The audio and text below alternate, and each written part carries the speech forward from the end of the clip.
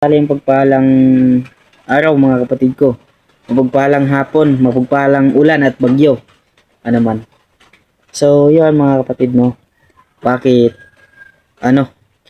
gagawa tayo ng video ito upang dahil may nag-request sa atin kung paano palakasin ang ating mga medalyon sa material na pamamaraan o walang tayong binibigkas na orasyon. Gamit ang mga material ng pamamaraan ay mapapakain natin ang ating medalyon at mapapalakas palalo ang bisa nito. Yan ang ating topic ngayon mga kapatid. Paano palakasin ang ating medalyon o mga gamit nating anting na tinatawag nating anting. Paano nga ba palakasin iyon na wala tayong binibigkas na aura o purong material lamang na pinapalakas ang ating medalyon. At mapapalakas pa nito ang spiritual ng medalyon. So, yun no. Kapag po may hawak po kayong medalyon, ay para po sa inyo ito, mga kapatid ko. Yan po ang medalyon ay, alam naman natin ang medalyon ay isa na yan sa bahagi ng spiritual. Ginagamit sa gamutan, ginagamit din sa pisikalan. No? At tumutulong rin sa tao upang panatilihin ang proteksyon at bisa nito sa mga taong natutangan. No? Paano palakasin? Gamit ang material na pamamaraan. Number 1 po dyan. Number 1. Kung may niyog po kayo na walang mata, isang bibig, 4 na mata, 6 na mata, basta hindi pangkaraniwang bao. Ang langis po niyan, no? Kapag may gagawa kayo, ang langis ng niyog na yan ng mga bao na yan, na hindi pangkaraniwang mga bao na isang matay sa bibig, kapag gagawa kayo ng lana, yun yung ipupunas nyo sa medalyon nyo, no? Kumbaga yan yung kakarga mo sa medalyon mo, ipupunas mo palagi yan upang mapalakas palalo ang bisa niyan, diba? Kapag wala naman kayong bao, wala naman kayong mga mga bao na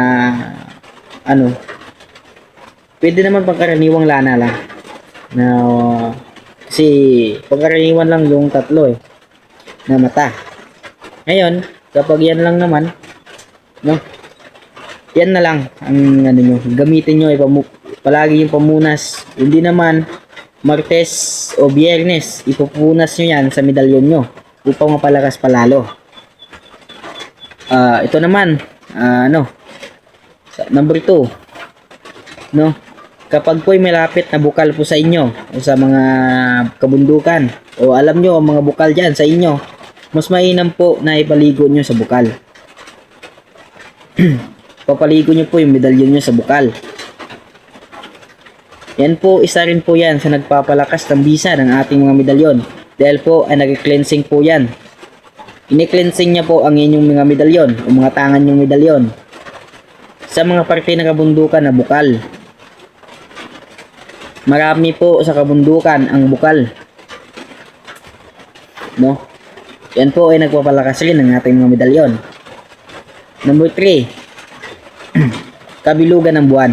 Paano nga ba proseso nito sa kabilugan ng buwan? Para panatilihin ng bisa at lakas ng ating medalyon upang lumakas palalo at makleansing ng ating medalyon sa mga negative na energy na pumapasok sa ating medalyon, ay makleansing niya gamit ang kabilugan ng buwan. Paano nga ba yun? Anong proseso nun? No, bago po kayo ilagay o ibabad nyo sa kabilugan ng buwan, ay ang iyong mga medalyon, ang mga tangan niyong mga medalyon, mga tangan nyo, punasan nyo po ng langis. Punasan nyo muna, lahat yan, punasan nyo muna ng langis. Ang mga gamit nyo na ibababad sa kabilugan ng buwan, pupunasan nyo yan ng langis. Pupunasan nyo yan. Kapag natapos yun na punasan, ay yan po ay urusyonan nyo, no? Orasyonan nyo yan, kakargahan nyo yung mga karga niyan ng mga pakain dyan, mga dyan. Pero kung hindi nyo alam talaga yung mga niyan, kahit hindi yun nakargahan, basta punasan nyo lang muna ng langis ang mga medalyon nyo. Pagtapos yung punasan ng langis yan na ibabad nyo sa kabilugan ng buwan upang ma-cleansing ng kabilugan ng buwan ng inyong mga tangang medalyon. No? Babad nyo po yan sa kabilugan ng buwan. Yan rin ay isa rin po yan sa mga nagpapalakas ng ating mga medalyon o tangan na mga mga gamit. Hindi lang medalyon kundi mga gamit natin, mga mutya. Pwede natin sa kabilugan ng buwan. At naman, isa sa tirik na araw. Diba? Tirik na araw. Pwede natin yan ibabad sa tirik na araw ang ating tangang medalyon. Ganun din po proseso niyan. Pupunasan po ng langis saka ibabad upang mawala po ang negative energy sa ating mga medalyon upang mapalakas palalo ang bisa nito. No, yan po ay isa din po sa magpapalakas ng ating mga medalyon. Yan po naturo ko na sa inyo ang bawat pamamaraan ng pampalakas ng ating medalyon, mga material na gawain ng isang antingero. So, pampalakas ng palakasin ng ating tangang medalyon. Yan po Sana po ang video nito kahit konti lamang ay nakatulong po sa inyo.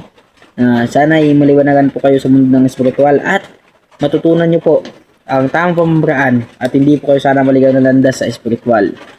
Yun, naituro ko na po sa inyo. Sana po ay makatulong at magpalakas palalo ang inyong mga medalyon. Basta po ang medalyon nyo ay legit. No? Legit lang po ang medalyon at original. Yan lang po. Kasi marami po nagkakalabasan ng medalyon ngayon ay mga peke. Marami pong peke na medalyon ngayon naglalabasan. Kaya pasintabi na lang po sa totoong naghahanap ng mga medalyon. Maghanap po kayo ng medalyon na original at legit. Yan po. So, mapagpalang hapon na bagyo sa inyong lahat. Mag-bless and to come. God bless and mag-bless and to come. Mapagpalang hapon. God bless.